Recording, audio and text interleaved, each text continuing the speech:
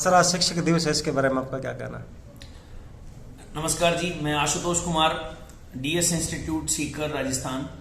सर्वप्रथम तो आज के दिन देश के सभी शिक्षक बंधुओं को, शिक्षक महानुभावों को मेरी तरफ से नमस्कार, बहुत सारी शुभकामनाएं। यह टीचर्स डे, शिक्षक दिवस आज के दिन शिक्षकों के लिए पर्व जैसा होता है। आप सभी शिक्षक बंधुओं को मेरी तरफ से कोटि कोटि नमन और धन्यवाद। इस दुनिया में जितने भी सक्सेसफुल लोग हुए हैं, उनके पीछे कहीं ना कहीं उनके अपने शिक्षकों का बहुत बड़ा रोल रहता ही है। एक बच्चे को उसके अपने कैरियर जोन में यदि एक अच्छा शिक्षक मिल जाता है तो वो बच्चा अपनी क्षमताओं से बेहतर रिजल्ट दे पाता है।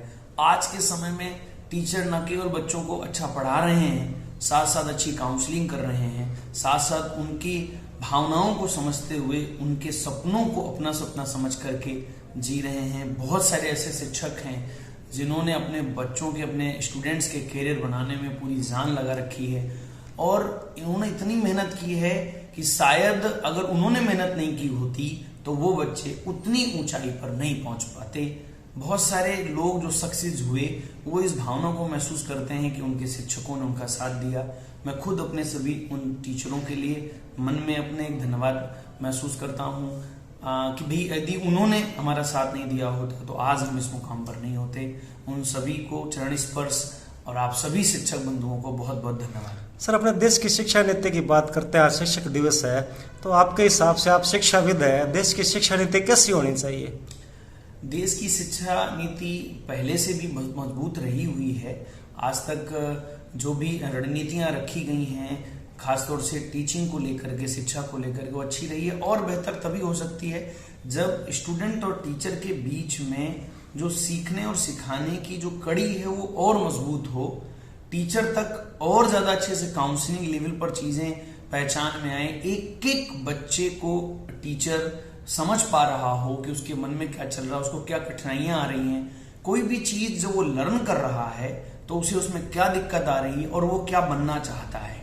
वो जो बनना चाहता है, पहली बात तो उनके जो गार्जियंस हैं उनके द्वारा उसको उसी दिशा में तैयारी करानी चाहिए, उसी दिशा में उसे जो है उसके अपने सपनों को पूरा करने के लिए उसे जो है मोटिवेट करना चाहिए। अब आज के समय में वो वाली स्थितियां नहीं रही हैं कि नहीं आप जबरदस्ती एक बच्चे को डॉक्टर बनाना चाहें, जबरदस्ती एक बच्चे को इंजीनियर बनाना चाहें, ऐसा नहीं होना चाहिए। आजकल तो हर दिशा में कैरियर्स हैं बहुत अच्छे, बस बच्चे की रुचि होनी चाहिए।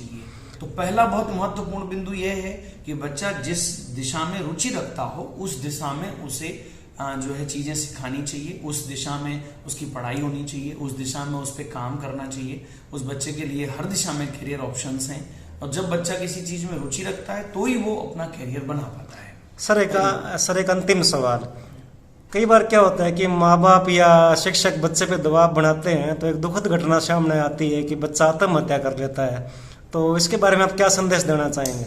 ये देखिए बहुत गंभीर विषय है वैसे तो, और इसमें ये तभी संभव हो पाएगा जब स्टूडेंट्स, गार्जियंस और टीचर्स तीनों जो ट्रायंगुलर पोजीशन है, तीनों लोग मिलकर के इन चीजों को बहुत बारीकी से समझेंगे कि बच्चा स्ट्रेस क्यों ले रहा है।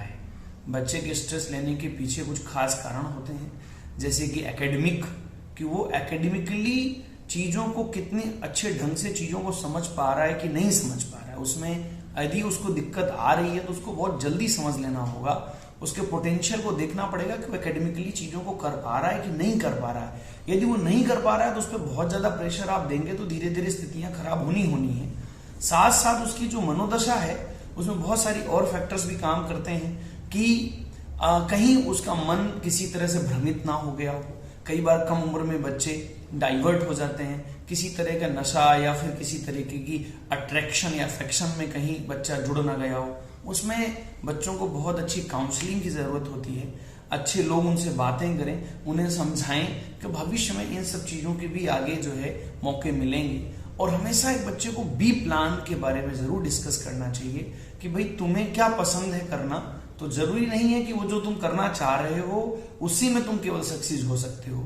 इस तरह से बहुत अच्छी काउंसलिंग की जरूरत है। अगर एक बहुत अच्छी काउंसलिंग जो उसके मन को जाकर के ये समझा सके कि जिस स्थिति से वो गुजर रहा है उस स्थिति को समझ पाने वाली काउंसलिंग जब तक नहीं होगी तब तक ये समस्या अपने आप में बड़ा रूप लेती रहेगी। युवाओं को क्या संदेश देना चाहेंगे? युवाओं को मुझे लगता है सबसे ज्यादा इस देश में युवाओं की जिम्मेदारी बनती है कि अपने से छोटों को बहुत सारा प्यार दें, उन्हें उनका हौसला अफजाई करें, हमेशा उन्हें ये बताएं कि जो गलतियां वो करके आए हैं या जो वो अच्छाइयां करके आए हैं, जो उन्होंने अच्छे स्टेप्स लिए हैं, वो उनको बताएं। और जो अपने से बड़े बुजुर्ग लोग हैं इस देश के, जो जिम्मेदार नागरिक हैं, उनको अपनी युवा शक्ति के साथ में उन्हें इस तरीके की भावनाएं बताएं, उन्हें उनका साथ दें, उनके दिशा निर्देश को अमल करें। और युवा शक्ति इस देश को किसी भी दिशा में ले जा सकती है, बशर्ते वो मैच्योर्ड हों, समझदार हों और मिलजुल करके यदि वो किसी काम को करें। तो युवा शक्ति के लिए एक लाइन बहुत है बस, कि उन्हें एकजुट होकर के काम करना चाहिए। वो एकजुट होकर करेंगे तो वो कुछ भी कर सकते हैं, यही उनकी सबसे बड़ी ताकत है।